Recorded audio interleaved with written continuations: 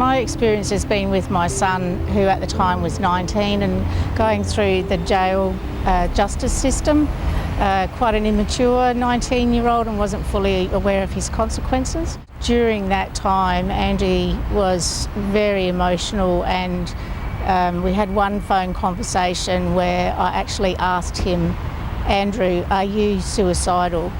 And it seemed like a 30-second pause, but it was probably more like 3.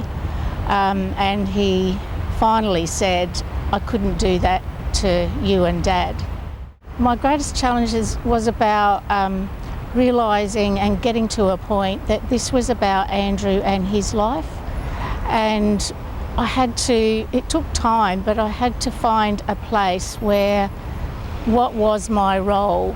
And I found a space that I was comfortable with, and that was, I am Andrew's support person.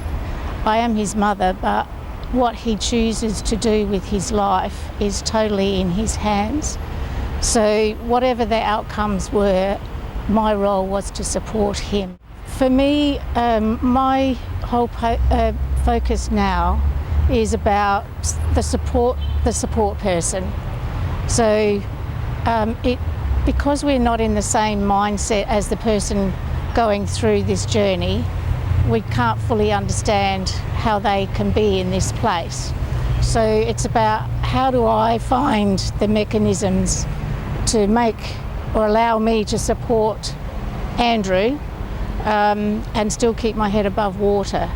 So it's not easy going down that road. You can't fix, but you can support.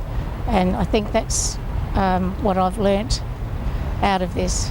After Andrew was the 18-month of the justice system, he received a 2.5-year sentence with a 12-month non-parole, so that meant he had to spend 6 months in jail at 19, and an immature 19, and not a finely built young man.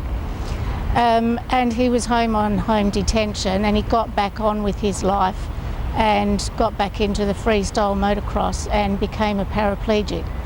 So in that journey, there was also discussions of suicidal tendencies.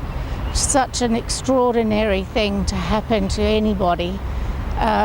So my hope or what I've clung to in all of this journey has been my spiritual beliefs. It's not a religious belief, but for me it's a spiritual belief, and I am part of a bigger picture. So it brought it down to a smaller focus that this is between Andy and I, but there is a bigger picture to his journey. And so totally relied on my own life skills, and what I've read and learnt in that spiritual field has helped me immensely. Throughout my life, I've been somebody who problem solves my own problems, and I don't reach out very often. So I had one girlfriend that has stuck with me. It makes me emotional thinking of her.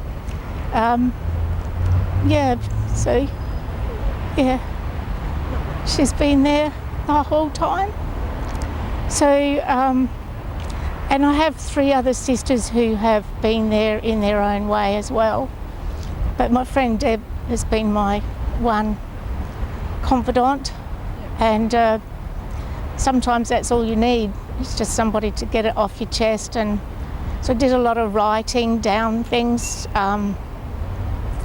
when things were getting tough, and it felt like I couldn't burden her either with everything that I was going through. So I just come to the conclusion that I had to deal with this myself, and just doing the writing or the journaling helped me a lot. There was 1 or 2 female friends in the community who would come and talk to me in the street, or how are you going, how's Andrew going? But one time I remember, after Andrew was charged, I remember walking down the street, and I can still see the same place in my mind as I speak. And I had my head held down because I thought, I wonder who knows. And I thought, you know what, I actually don't care who knows, because not one of those people that are judging me knows what's around the corner for them.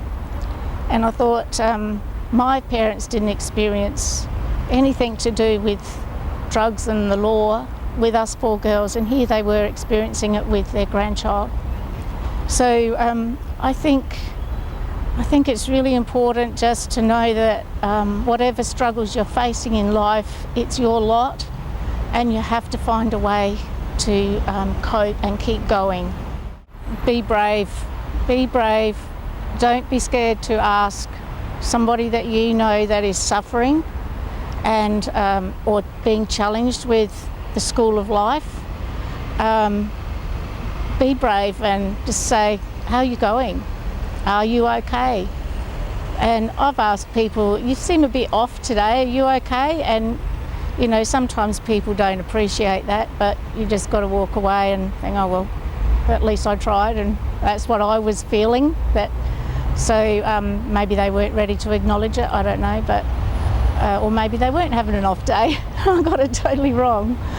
But I just definitely think, just look out for each other, and it's not always about solving their problems, it's just about a hand on the shoulder saying, I actually care about you as a person, even though I'm not close to you, or I might be close to you.